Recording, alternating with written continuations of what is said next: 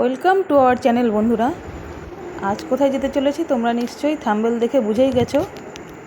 তো চলো বেরিয়ে পড়ি। এখন ভোরবেলা 5টা বাজে, বেশ অন্ধকার হয়ে রয়েছে। দেখো বাইরে গাড়িটা আমাদের দাঁড়িয়ে আছে, তো আমরা প্রাইভেট কারে করেই যাব।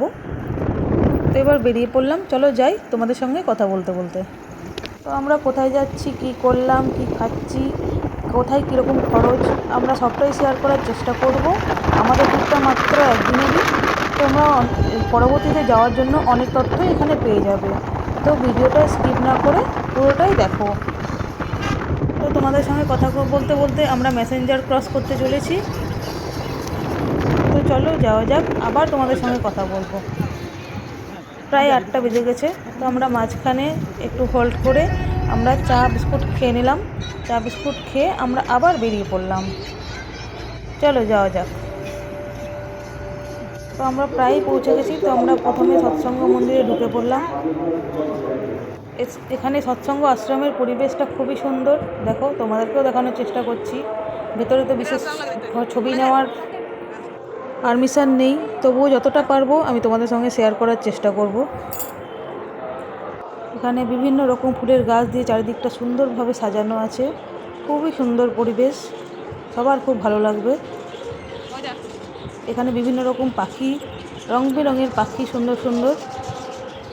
বাহ, খুব সুন্দর পরিবেশ। চলো আগে এগিয়ে যাই। আমার তো খুবই ভালো লাগছে এখানে এসে। আমি এর আগেও বেশ কয়েক বছর আগে একবার এসেছি, কিন্তু এখন আরও উন্নত মানের হয়েছে, খুব সুন্দরভাবে সাজানো হয়েছে আরও বেশি। আমাদের ঘোরা হয়ে গেছে। এখানে আনন্দবাজারেরও ব্যবস্থা আছে, এখানে তোমরা বিনা পয়সায় প্রসাদ পেয়ে যাবে। প্রায় বেলা 12:30 বেজে গেছে। এখানে আমরা আনন্দবাজারে প্রসাদ খেয়ে নিলাম। খুব সুন্দর, অনেক লোক এখানে একসঙ্গে খাওয়ানো হয়। খুবই সুন্দর প্রসাদ, খুব ভালো লাগলো খেতে।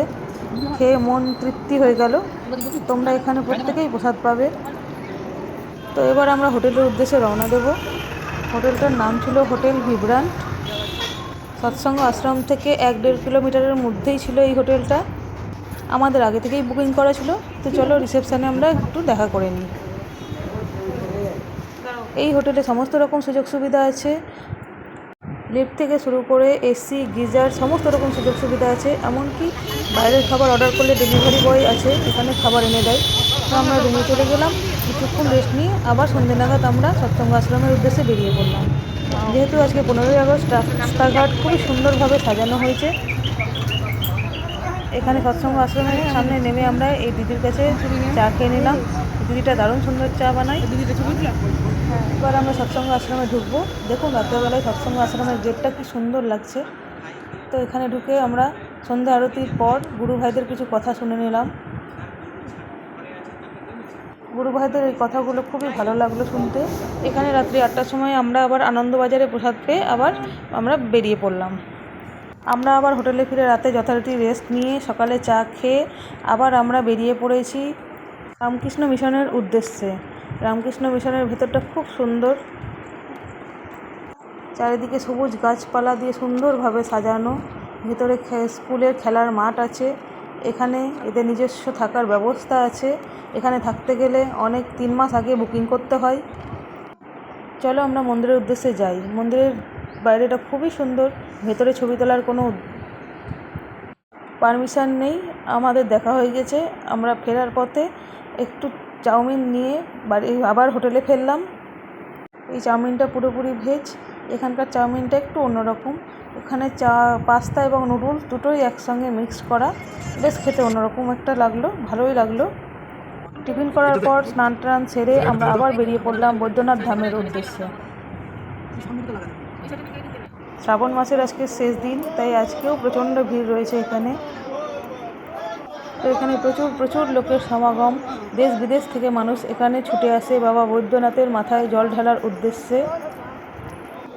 এখানে ছোট ছোট জারে এই দাদা প্রচুর জল বিক্রি করছেন। এনার কাছে আমরা একটা জল নিয়ে নিলাম বাবার মাথায় ঢালবার জন্য।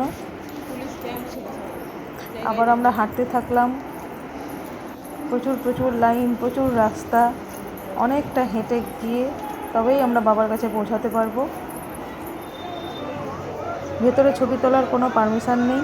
আমি বাইরের ছবিটা তোমাদের সঙ্গে শেয়ার করলাম যতটা সম্ভব। দেখো এখানে প্রচুর লোক, অনেক ভিড় ভাট্টা এড়িয়ে শেষ পর্যন্ত আমরা বাবার কাছে পৌঁছাতে পেরেছি।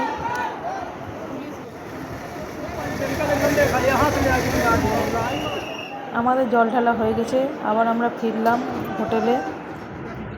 তো চলো হোটেলে যাওয়া যাক। এবারে আমরা দুপুরে খাওয়া দাওয়া করে রওনা দেব বাড়ির উদ্দেশ্যে। তো চলো এবার আমরা খাওয়া দাওয়া করে নেব। খাওয়া দাওয়া হয়ে গেছে। বাড়ি ফেরার আগে আমরা আরেকবার সৎসঙ্গ আশ্রমে প্রণাম করতে এসেছি। এখানে এত সুন্দর পরিবেশ ছেড়ে যেতে মনই চায় না। পুরোটা আবারও একবার ভালোভাবে ঘুরে দেখে নিলাম। বাড়ি তো ফিরতেই হবে।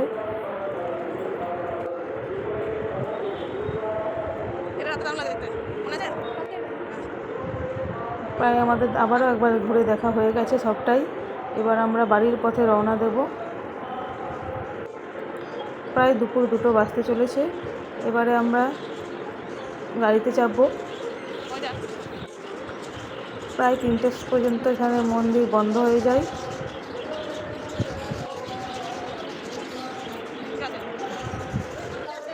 আবারও একবার ভালোভাবে ঘুরে ঘুরে দেখে নিলাম।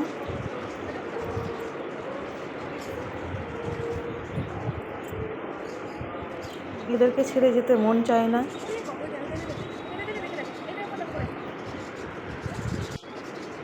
চলো বাড়ি ফেরা যাক। রওনা দিলাম আমরা। বাড়ি যেতে যেতেই আমি তোমাদের সঙ্গে খরচের কথাটা একটু শেয়ার করে নিই। তো খাওয়া দাওয়ার আমাদের সেরকম বিশেষ কোনো খরচ হয়নি, খুব সামান্য। সৎসঙ্গ আশ্রমে দুবেলায় আমরা প্রসাদ পেয়েছিলাম। পরের দিন আমরা বাইরের খাবার কিনে খেয়েছিলাম এবং টুকটাক টিফিন এবং চাটা আমরা কিনে খেয়েছিলাম। হোটেলে আমাদের কী খরচ হয়েছে সেটা বলে দিই তোমাদের সঙ্গে। তো আমরা যেহেতু 5 জন ছিলাম হোটেলে, আমরা ওনাদের একটু বলেই আমরা একসঙ্গে 5 জন থাকবো বলে ট্রিপল বেড নিয়ে নিয়েছিলাম। তো আমাদের এই সুন্দর হোটেলে থাকার খরচ হয়েছিল মাত্র 2000 টাকা। তো এবার আসি গাড়ির কথায়। গাড়ি যেহেতু আমাদের নিজস্ব ছিল তাই আমাদের সে ব্যাপারে কোনো অসুবিধা হয়নি। তো কথা বলতে বলতে অনেকটা রাস্তা পেরিয়ে এসেছি আমরা। আবার আমরা ম্যাসেঞ্জার ঢুকতে চলেছি। ম্যাসেঞ্জারটা খুব সুন্দর, চারিদিকে পাহাড়, তোমরা দেখে বুঝতেই পারছো এখানকার পরিবেশ। ম্যাসেঞ্জারও অনেকে ঘুরতে আসে, আমরাও এসেছি অনেকবার।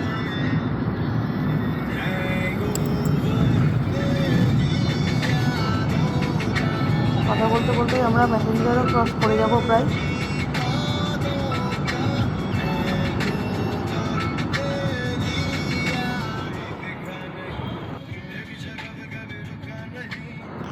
তো আমরা কথা বলতে বলতে ম্যাসেঞ্জারও ক্রস করে ফেললাম। চলো এবার বাড়ি যাই, বাড়ি গিয়ে তোমাদের সঙ্গে কথা বলছি। আমরা প্রায় বাড়ির কাছাকাছি চলে এসেছি। ভিডিওটি ভালো লাগলে লাইক, কমেন্ট এবং শেয়ার অবশ্যই করবে। Thank you.